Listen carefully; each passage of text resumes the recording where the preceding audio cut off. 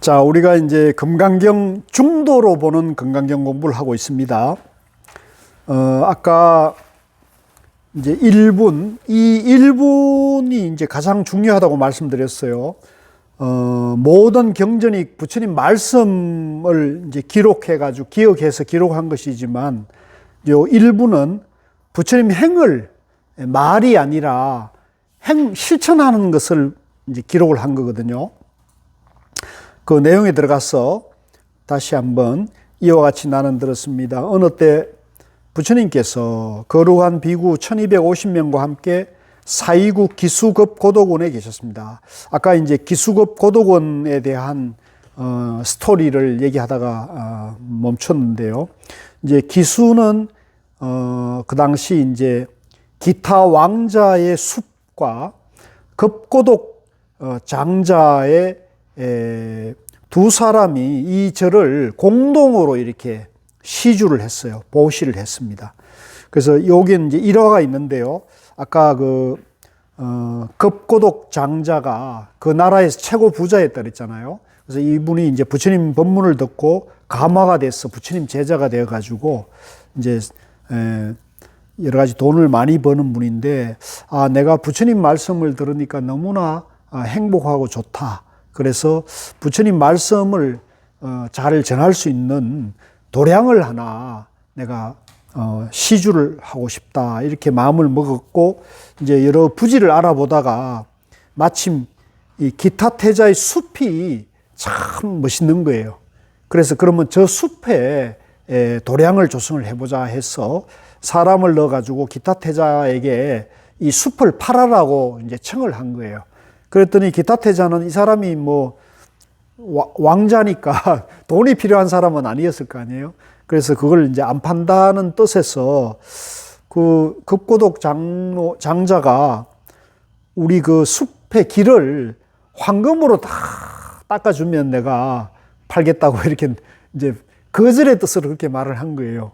그런데 그 얘기를 듣고 이 급고독 장자가 그 도량에 들어가는 길을 실제 금을 갖고 이제 공사를 하기 시작했다는 거예요. 그 얘기를 듣고 이제 깜짝 놀라가지고 이제 만나게 됐는데, 이제 왜 이 숲이 필요하냐고, 왜 이 숲을 그렇게 황금으로까지 하려고 하느냐 이렇게 얘기하니까 이제 그때서야 비로소 이제 부처님에게 도량을 이제 조성을 해드리려고 그런다 그러니까, 그렇게 고귀한 뜻이라면은 나도 그러면 보태겠다 이렇게 해가지고 이제 당신하고 나하고 같이 좋은 뜻으로 이 도량을 만듭시다 해서 그런 연유로 이제 이 기수급 고독원이라는 절 이름이 지어졌고요. 요게 이제 그 인도 말로는 제따와나라고 그래요. 제따라는 분이 이제 그 기타태자가 이제 인도 말로는 제따라고 그러죠. 제따는 이제 그 스타워즈에 보면 제따 뭐 누가 있다 그러는데 있죠? 제다가 있죠. 그 제다가 이제 그 스타워즈의 주인공 이름이 여기서 이제 따왔다 그래요. 그래서 기수급 고독원에 계셨습니다. 그때 세존께서는 이제 요 세존이라는 말은 부처님의 여러 이름 중에 하나예요. 그래서 보통은 이제 세상에 존귀한 분이란 뜻입니다. 세상에 가장 존귀한 분인데, 왜냐하면 부처님이 이제 사람의 몸으로 태어나가지고 사람 중에는 깨달아서 생로병사의 괴로움을 해탈하신 분이잖아요. 사람 중에 늙음과 병과 죽음의 공포를 해결한 분이 누가 있겠어요? 신이 아닌다면은 그거는 불가능한 것인데, 이제 부처님이 최초로 이제 늙음과 병과 죽음의 괴로움, 두려움을 해결한 분이기 때문에 부처님을 이제 세상에 존귀한 분이다 이렇게 얘기를 하는데, 이제 선종에 와서는 이 세존을 꼭 부처님만 보는 게 부처님만 세존이 아니라 일체 만물이, 일체 존재가 다 본래 성불에 있다고 보기 때문에 모든 존재, 세상 만물이 모두 세존이라고 이렇게 봐야 되는 거예요. 그래서 그 유명한 말 중에 천상천하 유화독존이라는 부처님 법문이 있잖아요. 천상, 하늘 위 천상 천하 하늘 아래 유아독종 나 홀로 고귀한 존재다 이런 뜻인데, 그 천상천하 유아독존이 부처님 자신만을 말한 게 아니라 일체 만물의 가치를 다 같이 드러냈기 때문에 천상천하 유아독존이라는 말을 했다는 거거든요. 그래서 이 세존 할 때 우리가 부처님을 부르는 말 중에 하나지만은 실제로는 우리 세상의 모든 존재가 세존이다 이렇게 보시면 여러분들이 부처님의 지혜를, 금강지혜를, 다이아몬드 같은 지혜를 이제 갖추시게 되는 겁니다. 그때 세존께서는 공양대가 돼요. 이제 우리가 부처님도 그렇고 누구든지 공양 안 하고 사는 분 없잖아요. 그러니까 이 공양이 굉장히 중요한 거예요. 공양이 굉장히 중요한 거예요. 그래서 공양대가 됐는데, 공양대가 되어 이제 부처님은 이제 깨치시고 하루에 한 끼를 드셨다 그래요. 기록에 의하면은. 그래서 그걸 일종식이라고 합니다. 같이 보면 일종식. 이제 우리는 몇 끼 먹어요? 5끼는 양반인 것 같고. 그죠? 숱하게. 근데 부처님 한 끼 드셨어요. 이제 그래서 그걸 이제 부처님은 오후에는 안 드시고 오전에만, 그러니까 정오 전에만 공양을 하셨다는, 정오 이후에는 이제 공양을 안 하셨다 그러거든요. 그래서 오후 불식이라는 말을 쓰는데, 이제 대개 우리나라에도 이게 지금 남방에서는 이게 굉장히 강하게 전통으로 지켜지고요. 이제 북방으로 오면은 이게 사실 좀 쉽지 않아요. 왜냐하면 남방은 이제 기후가 온화하고 물산이 풍부하니까, 이제 그 기후가 온화하니까 뭐 그냥 한 데서 자도, 그 다음에 뭐 그 어떤 노동이나 일을 하는 것이 별로 많지 않지만, 북방에 오면은 사계절이 있기 때문에, 그죠? 이 활동이 많아야 되거든요. 활동을 많이 하게 되면은 자연히 음식을 이제 소화를 해야 되는 문제가 있죠. 그래서 남방에서는 이게 많이 하다가 이제 북방에 와서는 그게 이제, 그런데 그래도 대체로 이제 선종 총림이나 선원에서는 이제 오불식을 하는 곳이 좀 많은 편입니다.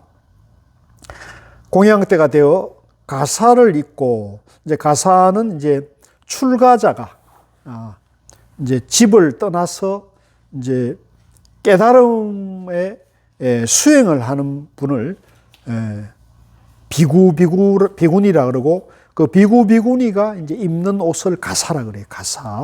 가사를 입고 바루를 들고, 이제 바루라는 것은 이제 밥그릇이죠. 밥그릇. 이제 공양을 할 때 공양을 받아가지고 그것을 이제 써서 이제 공양하는 것을 바루라 그럽니다.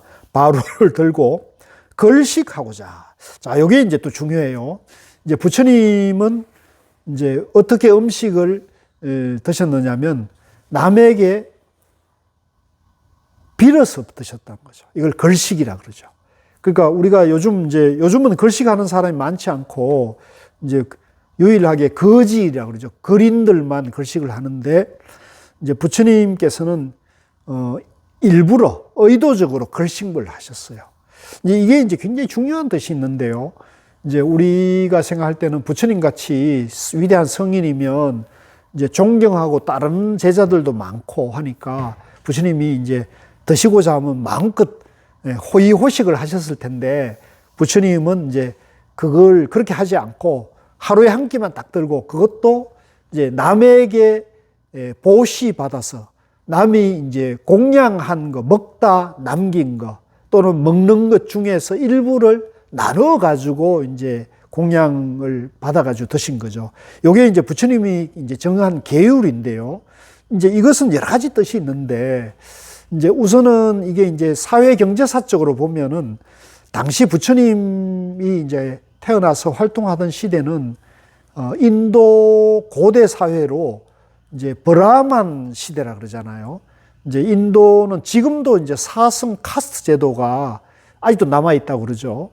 그래서 부처님 당시에는 이게 더 강고해가지고 이 사승 카스트 제도, 계급 사회였다는 거죠. 이 사승 카스트 제도는 이제 여러분들 뭐 역사 시간에, 세계사 시간에 다 보셨지만은 이제 북방의 아리안족이라 그러죠. 북방계 인종이 이제 인도 쪽으로 남하해 오면서 이제 지배 인종이 돼 가지고 그 인도 그 토착민들을 지배하는 하나의 이데올로기로 만들었다 그래요. 그래서 브라만이라는 어떤 제사장 계급을 이제 지배 계급으로 해가지고, 그 다음에 이제 크사트리아가 이제 일종의 뭐 귀족이나 왕족, 무신 계급, 또 상인 계급, 그 다음에 뭐 수드라, 또 이렇게 해가지고 이제 사성 계급, 네 가지 계급을 이렇게 만들어서 그걸 이제 하나의 제도화 해가지고 이제 거기에다가 브라만교라는 종교를 또 만든 거죠. 그래서, 전생에 복을 많이, 착한 일 많이 하고, 남을 많이 돕고, 복을 많이 지은 사람은 금생에 이제 브라만으로 태어난다. 아니면 이제 나쁜 짓 많이 하고 악한 짓을 사는 사람은 이제 천민으로 태어난다. 이런 식으로 하나의 윤회 사상을 만들어서 그걸 이데올로기로 이렇게 만드는 것이 이제 브라만교죠. 그래서 부처님 시대에는 이 브라만교가 사회 경제 제도적인 하나의 완고한 사회 계급 제도였고, 거기에 이제 이데올로기로 브라만교가 있었는데 부처님이 깨치고 보니까 이제 그게 엉터리라는 걸 알게 된 거죠. 엉터리.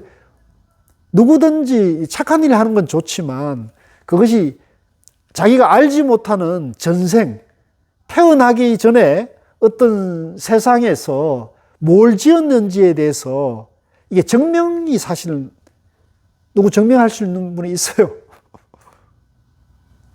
이거는 이제 믿음이나 하나의 이데올로기로서 이제 만들어진 것으로 보시면서 부처님께서는 오히려 그 윤회와 업설을 현실로 가져와 가지고 현실에서 어떤 행위를 하느냐. 그러니까 선한 행위를 하면 선한 사람이 되는 거고 좋은 일을 하면은 좋은 사람이 되는 거죠.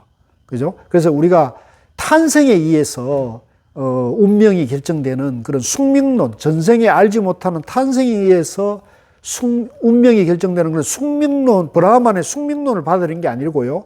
부처님이 말씀하신 업설은 현실론이에요. 현실에서 자기가 어떤 행위를 하느냐에 따라 가지고 그 과보를 바로 받는다고 보신 거예요.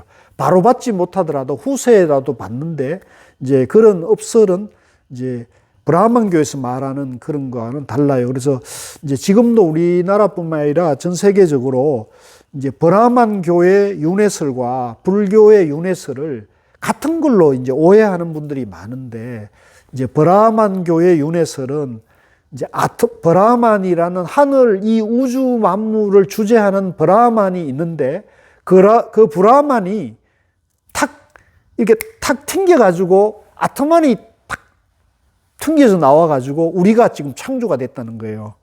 우리가 아트만인데 이게 분신이라 그러죠. 브라만의 분신이죠. 그래서 지금 우리 우주 만물에 있는 모든 존재는 만물의 주재신인 브라만의 분신이 아트만으로 나타나가지고 이렇게 지금 이렇게 움직이고 있고 윤회를 하고 있다는 거예요. 그러면 그 아트만이 이제 생사윤회를 이제 반복한다는 거예요. 그러면 불교에서는 우리가 분신이고 이게 아트만이라는 불멸의 실체가 있다고 봅니까? 없다고 봅니까? 불교에서는. 내라는 게 있다고 봅니까? 없다고 봅니까? 왜 대답을 못해요? 나라고 할 실체가 없다고 부처님이 깨닫고 보니까 나라고 할 실체가 없다는 거죠. 나는 이 4대 오온의 영기적인 인연으로 존재할 뿐이지, 지금 우리가 여기서 이렇게 공부하는 것도 인연으로서의 존재가 있을 뿐이지 고정된 나라고 할 실체는 있는 게 아니라는 걸 깨달은 거거든요. 이게 중요한 거예요. 그래서 이제 깨닫고 보니까 아트만이니 브라만이 하는 그런 실체론적 접근은 잘못된 견해라는 것을 부처님이 깨달았기 때문에, 그런데 깨달아서 이게 전부 거짓말이고 가짜구나 라는 걸 알았지만은 그런 말을 하면은 브라만들이 지배계급이 그만두겠어요? 그만 안 두죠. 저 체제도전자, 그죠? 예? 저 체제도전자, 반역자 이래가지고 바로 죽였을 거랍니다. 그러니까 우리가 이제 기독교 경우도 그 예수가 이제 그 십자가형을 당하는 게 그거 아닙니까? 체제도전을 한 거 아니에요? 유대인들 중에 유대인들을 지배하는 제사장 계급이 하나님이 우리 유대인을 선택했고 우리는 유대인들이 선택받은 인종이다 이렇게 보고, 그 유대인 중에 이제 예수님이 태어난 거 아닙니까? 근데 그 예수님은 제사장 계급이 아니었다는 거 아니에요? 마국간에서 태어난, 그죠? 그래서 그 예수님이 막 이렇게 깨닫고 보니까 이게 제사장들이 하느님의 그 제사 신분을 독점해가지고 자기들 통해서만 구원을 얻는다고 얘기를 하니까 예수님이 보기에는 그게 아니라는 걸 해서 이제 그 제사장 계급을 이제 부정하고 그런 권위를 타파해야 부처님 하나님의 뜻에 그죠? 맞다 이렇게 주장하니까 결국은 체제 돌입 반역을 하니까 로마 총독에게 고자질을 했어. 저 사람 저거 사상 불순한 사상을 가진 사람입니다. 이렇게 해가지고 이제 재판을 열어서 십자가형을 처한 거잖아요. 근데 부처님은 이제 그런 체제 반역을 그런 식으로 막 선동을 하고 연설하고 그런 게 아니에요. 이게 이제 굉장히 재밌는 방법인데 저는 이제 그런 면에서는 부처님 참 지혜로운 분이었다고 보는데 부처님은 그렇게 하지 않고 중도의 가르침을 설한 거예요. 그러니까 저 사람들을 비판하고 이런 게 아니라 진리를 설하는 거죠. 진리를 설하는 건데 근데 그러면 이런 진리를 설하면은 그 이제 체제 안에서는 먹고 살기가 어려웠지 않겠어요? 그러니까 먹고 살기가 어렵기 때문에 그 먹고 사는 그 이 불교의 부처님 제자들의 그룹들로 하여금 그 사회에서 가장 밑바닥 천민들의 삶과 같이 함으로 인해 가지고 그러니까 생활의 기준을 가장 그 사회의 밑바닥 계층과 똑같이 함으로 인해 가지고 그런 밑바닥 삶을 살아도 본인이 깨달았기 때문에 이제 잘 산다, 못 산다, 맛있다, 맛없다를 초월해 가지고 가장 그 사회에서 비난하고 가난하고 어렵게 사는 사람들의 생활을 하더라도 부처님의 마음은 누구보다도 행복하다는 것을 몸소 실천해서 그걸 보여줌으로 인해 가지고 이 부처님의 깨달음 세계가, 깨달음의 진리가 얼마나 행복한가를 이제 입증하는 하나의 방법으로 그걸 택했다는 거예요. 글식, 탁발이라는 거예요. 그래서 당신께서는, 당신과 당신의 제자들은 이제 그런 사회의 가장 밑바닥 행을 함으로 인해 가지고 그것이 수행이 되고 또 그런 수행자들에게 이제 많은 사람들이 자기 먹을 것을 나눠주고 그걸 보시하고 공양하는 복을 짓게 해서 그 사회에 있는 사람들에게는 이제 수행과 부처님의 지혜와 복을 받게 하는 하나의 방편으로 이 공양 글식이라는 방법을 만들어냈다는 거죠. 그러니까 부처님 천재예요, 내가 볼 때는. 그죠? 그러니까 정말로 지혜로운 분이죠. 그러니까 체제 도전도 안 되고, 그렇죠? 체제 도전이 아닌 거죠. 그렇지만 체제 도전이 또 아닌 것도 아니죠. 그러면서도 그 사회의 가장 밑바닥 사람들의 그런 걸 모습을 보여줌으로 인해 가지고 이제 진리의 영원한 행복의 길이 먹는 것에 있는 것도 아니고 신분에 있는 것도 아니고 소유에 있는 것도 아니다. 오직 영원한 행복은 각자의 마음에 있는 것이라는 것을 이제 보여주고 있는 거죠. 그래서 가사를 읽고 바로를 들고 글식하고자. 자, 그래서 글식하고자 사위대성. 이제 그 당시 이 사위국의 성 이름이 사위대성이라고 합니다. 이제 사위대성이 아마 지금 말로는 이제 시라바스티라고 그러죠. 시라바스티가 이제 부처님이 계신 곳이라는 뜻을 갖고 있거든요. 그래서 우리나라 그 신라의 수도 이름이 옛날 뭐였어요?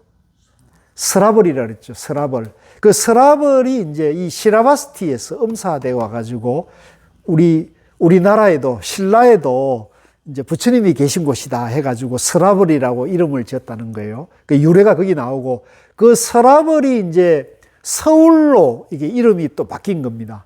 옛날에 이 이름이 여기가 원래는 옛날에는 한양이었잖아요, 여기가.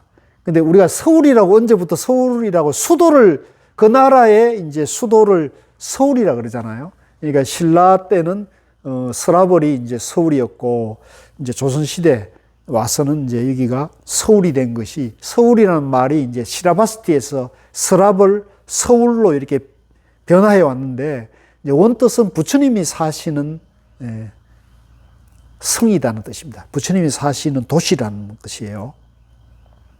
사위대성에 들어가셨습니다.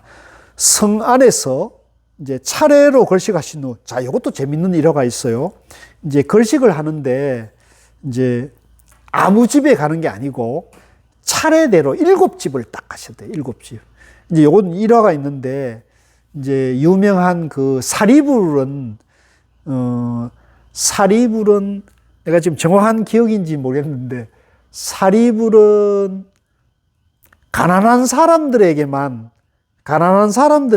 이렇게 걸식할 때, 이제 집이 여러 집 있으면 부잣집이 있고 가난한 사람이 있고 그럴 거 아닙니까? 그러면 사리불은 가난한 사람들인데 가와가지고 이제 탁발을 했다는 거예요. 그래서 근데 이제 마하가습이라고 두타행을 이제 고행을 주로 했던 마하가습은 부잣집에만 가갖고 걸식을 했대요. 그러니까 이 부처님 제자들끼리 이게 시비가 붙은 거예요. 너는 왜 부자들인데 가서 그걸 하느냐?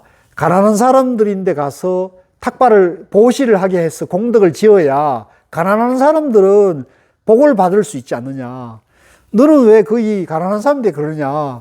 부자들인데 가난한 사람들 먹고 살기도 어려운데 거기 가서 그걸 해가지고 가난한 사람들 뺏어 먹지 말고 복 많은 부자들인데 가서 그걸 해라. 그러니까 이 두 분은 생각이 전혀 달랐던 거죠. 양변에 집착한 겁니까? 중도행을 한 겁니까?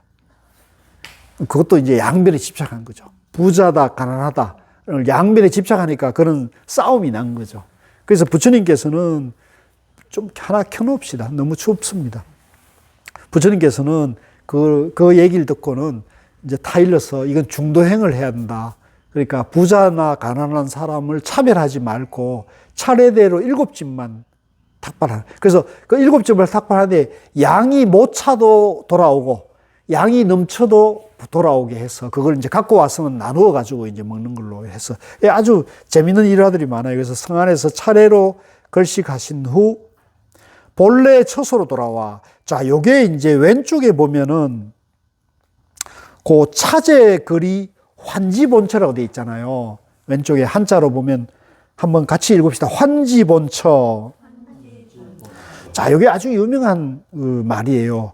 본래 자리로 돌아와 라는 뜻인데 우리가 이제 본래 성불이라는 말을 선종에 쓰잖아요.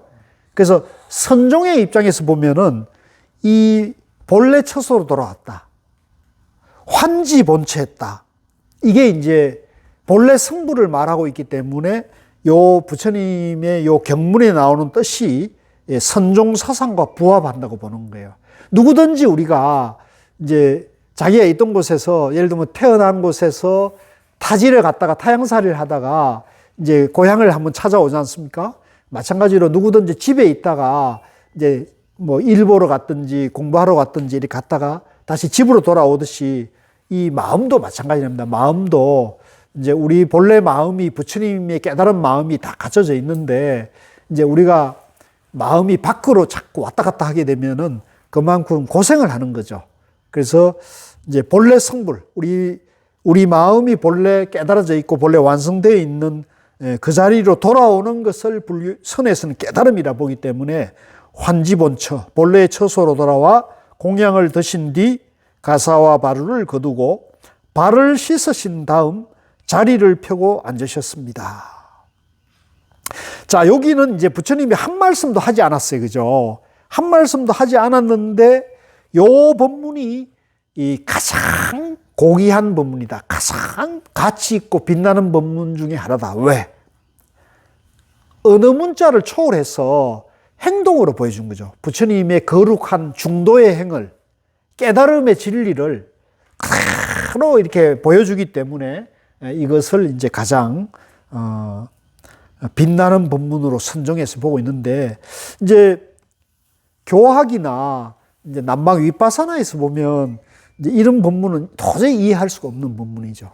그래서 이것도 우리가 중도로 봐야 한다. 중도, 어느 문자를 떠나가지고 부처님이 행으로 그대로 보여주는 모습이야말로 우리에게 둘도 없는 법문이라는 거죠. 둘도 없는 법문이다. 그래서 이게 이제 법회 인연분입니다. 자, 다음으로 넘어가겠습니다. 자, 5쪽입니다. 그때 대중 가운데 있던 수보리 장로가 자리에서 일어나 오른쪽 어깨를 드러내고 오른 무릎을 땅에 대며 합장하고 공손히 부처님께 여쭈었습니다. 자, 여기서 이제 아까 1250명의 이제 수행자들이 듣고 있었고, 수보리 장로가 있는데, 아까 이제 수다타 장자의 사촌이라고 그랬죠. 그러니까 이 사촌인 수보리는 출가를 했고, 이제 수다타는 이제 사업을 한 사람이죠. 수보리 장로는 이제 흔히 해공제일이라 그래가지고 공에 가장 밝은 분이었다 이렇게 얘기를 해요. 그래서 여기 금강경은 이제 공사상, 반야공사상을 드러내고 있기 때문에 이 반야공에 가장 밝은 수보리 장로가 대중을 대표해서 일어나서 이제 법문을 청하는 그걸 이제 묻습니다. 자리에서 일어나 오른쪽 어깨를 드러내고 오른 무릎을 땅에 대고 합장하고 공손히 부처님께 여쭈었습니다. 자, 요걸 같이 읽읍시다. 자, 시작. 경이롭습니다. 세존이시여, 열애께서는 보살들을 잘 보호해 주시며 보살들을 잘 격려해 주십니다. 세존이시여, 가장 높고 바른 깨달음을 얻고자 하는 선남자 선여인이 어떻게 살아야 하며 어떻게 그 마음을 다스려야 합니까? 부처님께서 말씀하셨다.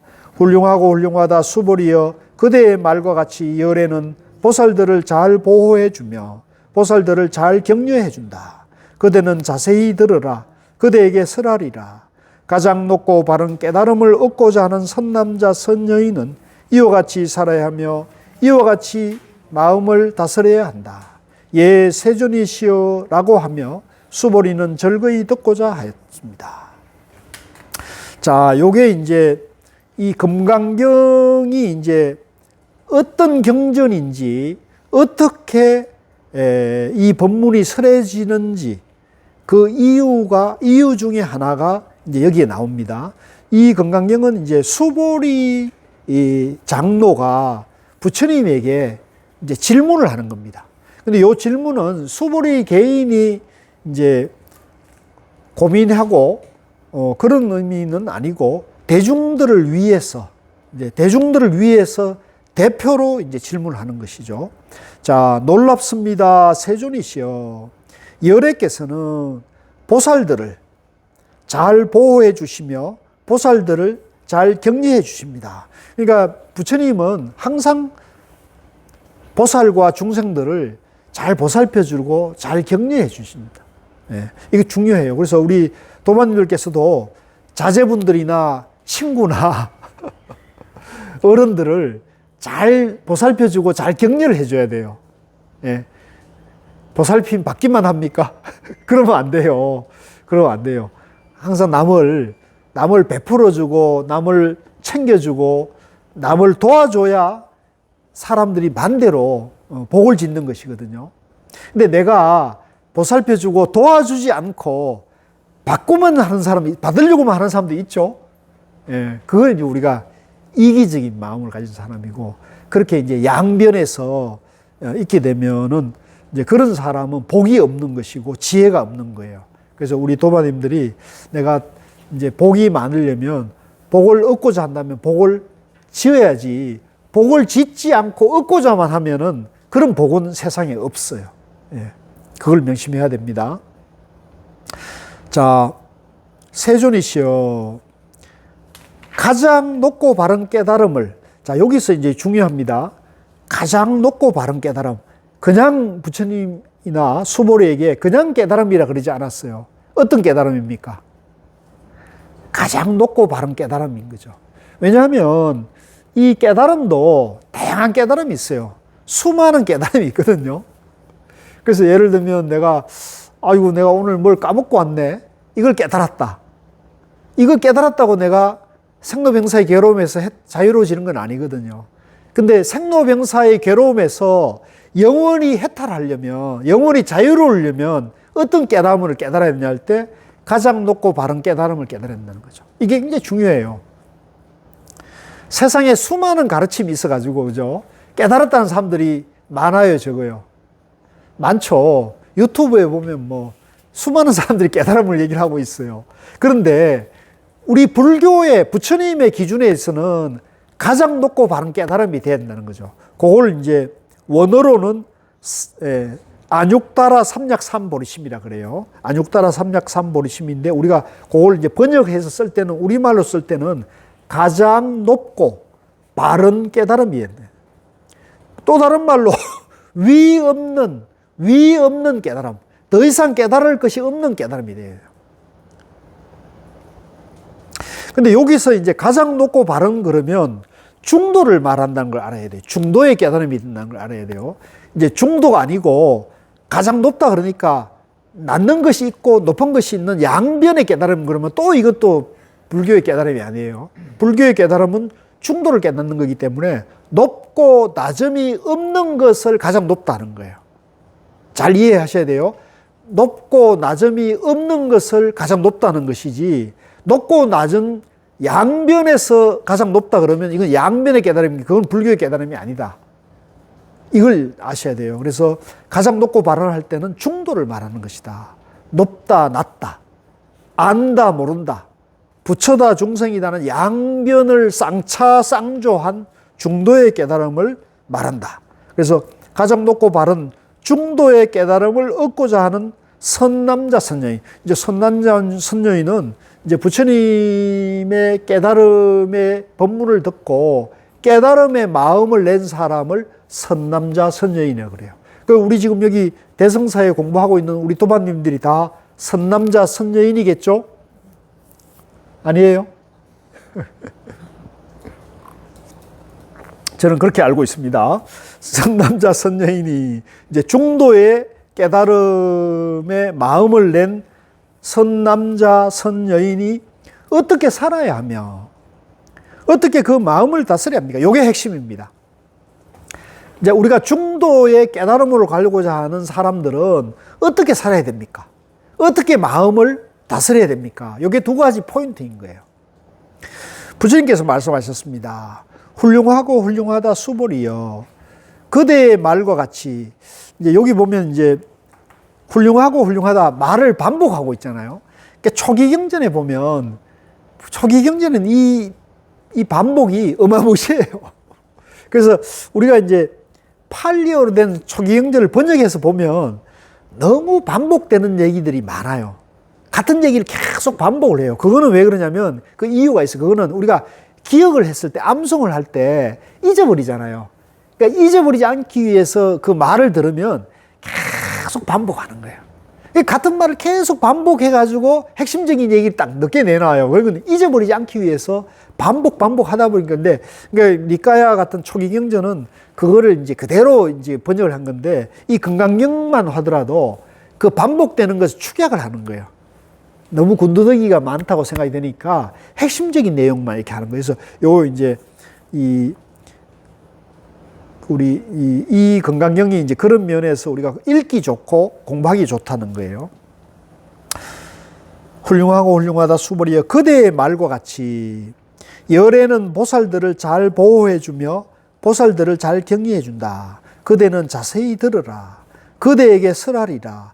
이제 이렇게 할 때 이 부처님이 이제 수보리에게, 그대에게 할 때는 수보리에게만 한다는 생각하지 마시고 나에게, 바로 나에게, 오늘 지금 금강경을 읽고 독송하고 공부하는 나를 위해서 부처님이 앞에서 나를 위해서 법문을 해준다고 이렇게 받아들여야 돼요. 아시겠어요? 그렇지 않고 이걸 다른 제3자 이렇게 하면은 벌써 양변에서 받아들이는 거고, 부처님이 나를 위해서 법문을 설해준다. 내가 깨달음으로 가기 위해서 공부하는 것이다. 이렇게 받아들인다는 거죠. 가장 높고 바른 중도의 깨달음을 얻고자 하는 선남자, 선여인은 이와 같이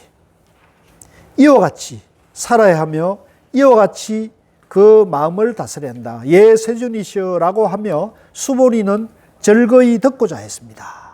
이제 우리도 이제 절거히 듣고자 했다. 자, 7쪽의 세 번째 문단, 대성의 근본떡. 같이 읽겠습니다. 시작. 부처님께서 수보리에게 말씀하셨습니다. 모든 보살 마하사는 다음과 같이 그 마음을 다스려야 한다. 알에서 태어난 것이나 태에서 태어난 것이나 습기에서 태어난 것이나 변화에서 태어난 것이나 형상이 있는 것이나 형상이 없는 것이나 생각이 있는 것이나 생각이 없는 것이나 생각이 있는 것도 아니고 없는 것도 아닌 온갖 중생들을 내가 모두 완전한 열반에 들게 하리라. 이와 같이 헤아릴 수 없이 많은 중생을 열반에 들게 하였으나 실제로는 완전한 열반을 얻은 중생이 아무도 없다. 왜냐하면 수보리여 보살에게 자아가 있다는 관념, 계아가 있다는 관념, 중생이 있다는 관념, 영혼이 있다는 관념이 있다면 보살이 아니기 때문이다. 자, 이제 요 대목이 이제 금강경의 말씀으로 하는 법문 중에서 가장 이제 핵심이 되는 대목이에요. 그래서 어떤 의미에서 우리 도반님들이 요 대목, 요 부처님 말씀만 정확하게 이해하면 뒤에는 그걸 이제 풀어나가는 거거든요. 그래서 요 대목이 이제 가장 그 핵심이 되는 그런 말씀이다. 라는 걸 아시면 좋습니다. 자, 부처님께서 우리에게 말씀하셨다. 모든 보살 마하살은 이제 보살 뒤에다가 마하살이라고 붙였어요.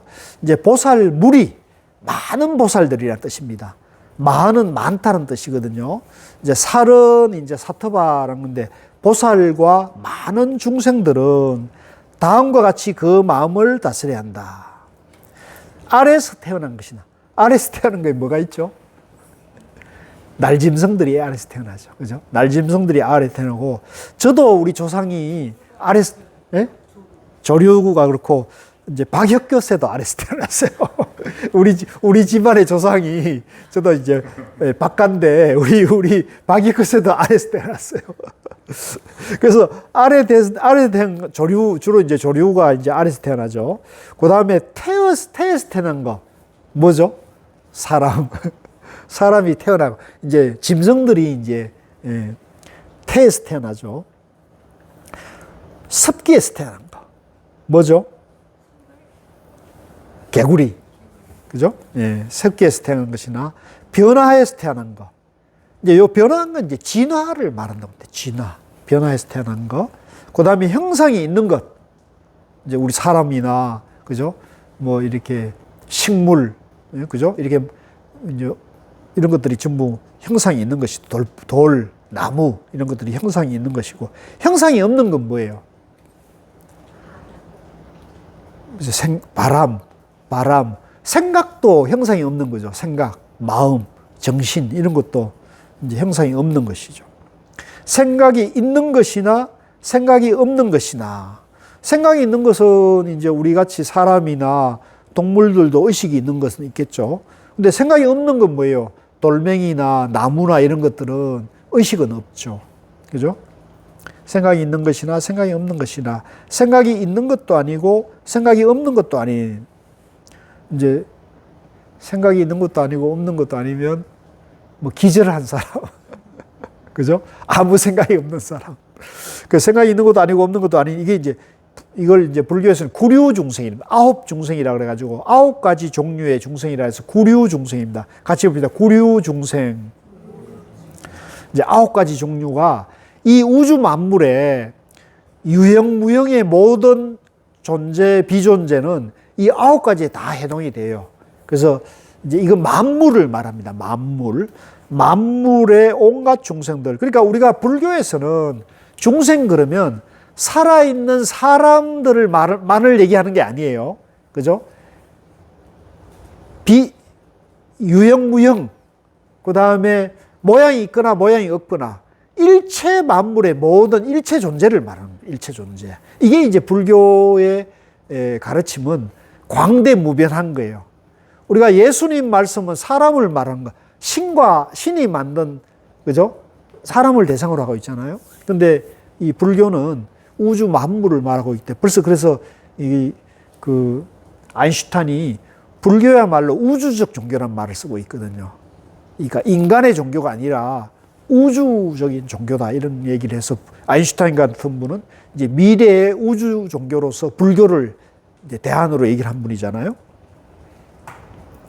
그래서 현대 과학이나 현대 물리학이 가장 이제 종교로 봤을 때는 가장 불교와 견해가 가깝다고 봐야 돼요. 같다고 볼 수는 없어요. 왜냐하면 현대 과학은 학자들의 지식과 연구의 성과로 지금 하나의 학문으로 봐야 되는 거고, 그걸 진리라고 볼 수는 없어요. 그러니까 불교에서 말하는 부처님의 깨달음은 진리라고 우리는 봐야 되잖아요. 그래서 현대과학이 진리에, 불교에 가장 가까이 있기 때문에 우리가 불교를 이제 진리로 보면은 현대과학과도 모순되지 않는다, 이렇게 보는 거예요, 적어도. 그래서 온갖 중생들을 내가 모두 완전한 열반에 들게 하리라. 아이, 재밌어요. 재밌어요. 유형무형의 모든 존재를 내가 다 완전한 행복에 이르게 한다는 거죠.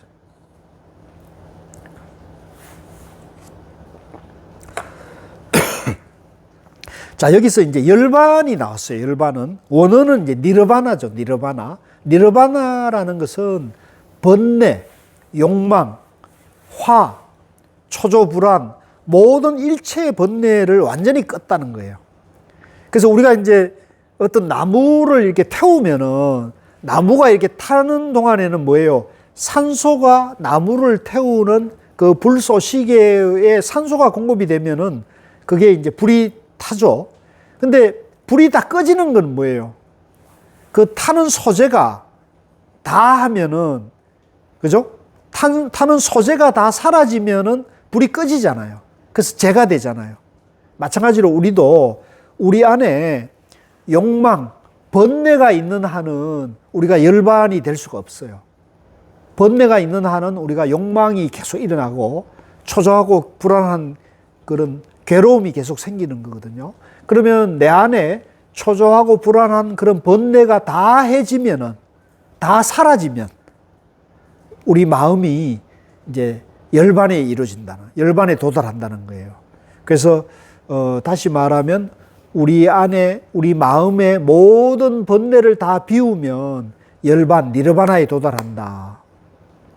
근데 여기서는 이제 완전한 열반이라는 표현을 써서 이제 완전한 깨달음, 깨달음의 열반에 들게 하는데, 누가 열반에 들게 한다는 거예요?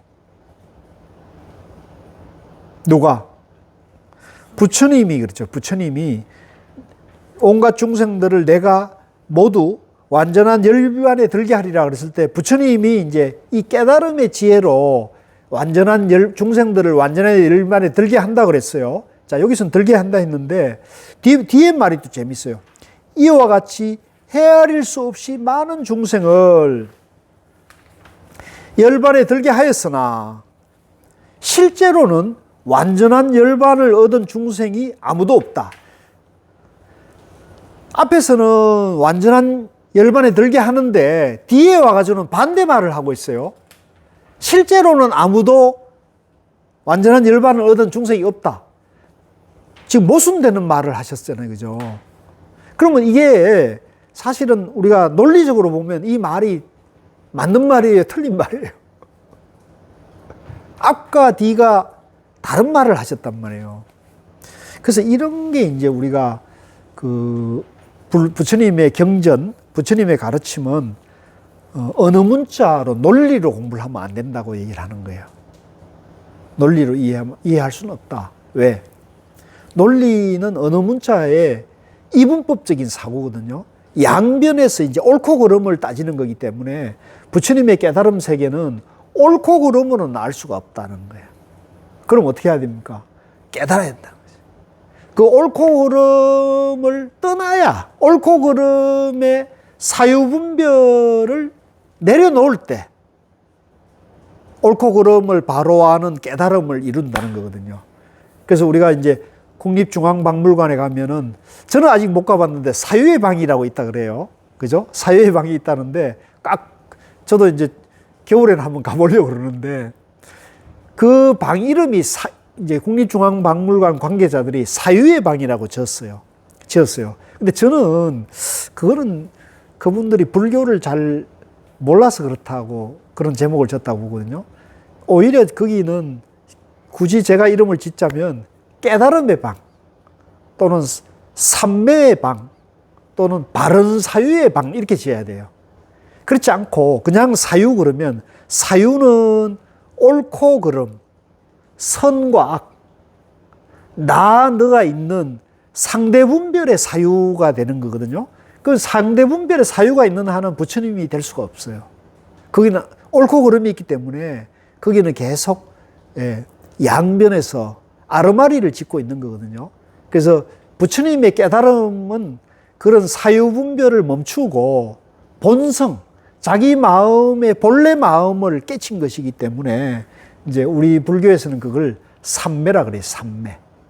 삼매라는 것은 주관객관, 옳고 그름이 끊어져서 본성, 본질을 드러내는 거죠. 그래서 여기서 실제로 완전한 열반을 얻은 중생이 아무도 없다는 말은 뭐냐면, 실제로는 그 중생하는 그 중생이 본래 열반을 갖춰져 있고 본래 열반해 있기 때문에 그 실제로는 완전한 열반을 얻은 그 열반을 얻는 것에서 얻은 것이 아니고 원래 중생이 열반을 갖추고 있기 때문에 그 열반을 얻은 중생은 아무도 없다는 말을 지금 쓰고 있는 거예요. 제 말이 좀 이상하게 말을 한 것 같은데 이해가 되나요? 어렵죠? 그러니까 그 중생하는 그 중생이 본래 완전한 열반을 갖추고 있기 때문에 실제로는 아무도 열반을 얻은 중생은 없단 말이에요. 내가 깨달음에 이르게는 내가 깨달음을 일러주겠지만 깨달음을 일러줘서 그 깨달음을 이르게는 하지만은 앞에서는 그렇게 말했죠. 그러나 깨닫고 보면은 실제로는 그 깨달음을 얻은 중생은 아무도 없다. 왜? 이걸 이제 부연 설명하자면 실제 그 중생하지만 그 중생이 본래 완전한 열반을 갖추고 있었기 때문에 그렇게 설명을 한다는 거죠. 자, 이제 뒤에 이제 그걸 설명을 합니다. 왜냐하면 수볼이요, 보살에게는, 자, 이 중요한 말을 하고 있어요. 보살에게는 자아가 있다는 관념. 이제 요거의 원래는 아상입니다. 아상. 이제 한자로는 아상. 나라는 상, 나라는 생각, 또는 나라는 모양, 나라는 관념. 이 이제 아상이죠. 그래서 저는 여기 이제 우리가 역경은 자아가 있다는 관념이라는 말을 썼거든요. 근데 이 말이 조금 왠지 어색해요. 저만 어색한가요? 좀 어색해요. 그래서 그냥 저는 아상, 나라는 생각, 나라는 생각이라는 거예요. 나라는 생각. 또 저는 이제 아상을 나라는 생각 또는 한자로 그냥 아상이라고 쓸 겁니다. 보살에게는 나라는 생각. 그 다음에 개아라는 거는 이제 인상이라 그러거든요. 사람 인자를 써서 인상이라는데 저는 이거를 내가 사람이라는 생각. 내가 동물이나 식물이 아니고 내가 사람이다 라는 생각. 그 다음에 중생상을 중생이 있다는 관념이라고 번역을 했는데요. 내가 중생이라는 생각. 내가 부처가 아니고 내가 보살이 아니고 내가 중생이라는 생각. 그 다음에 영혼이 있다는 관념. 이거는 이제 수자상을 영혼이 있다는 관념이라고 번역했는데 이제 요거는 내가 목숨이 있다는 생각. 영혼이 있다는 생각이 있다면 이건 보살이 아니다. 왜? 내가 있고 내가 사람이고 내가 중생이고 내 생명이 있다고 생각하면은 내 나이가 있다고 생각하면은 이 사람은 보살이라 할 수 없다. 왜 보살이라 할 수 없냐? 부처님 법을 아직 알지 못하고 있기 때문에 보살이라 할 수 없다. 또한 수볼이요, 보살은 어떤 대상에도 집착 없이 보시해야 한다. 즉 우리가 깨달음으로 가는 중생을 보살이라 하는데요. 그 보살은 어떤 그거는 4편이네요. 미안합니다. 내가 착각을 했어요. 오늘은 여기까지 할게요. 오늘은 여기까지 하고 그 4분부터는 이제 다음 주에 공부하는데요. 미리 한번 우리 도반님들이 앞에 공부한 것도 복습을 하고 또 미리 한번 읽어오면은 훨씬 더 재미있고요. 또 가능하면은 이 건강경 공부하는 동안에는 정해놓은 분량을 한 번씩 집에서 독송을 해도 이제 뜻이 좀 더 깊이 이해되고 공부에 도움이 됩니다. 자, 오늘까지 공부한 거에 혹시 질문이 있으시면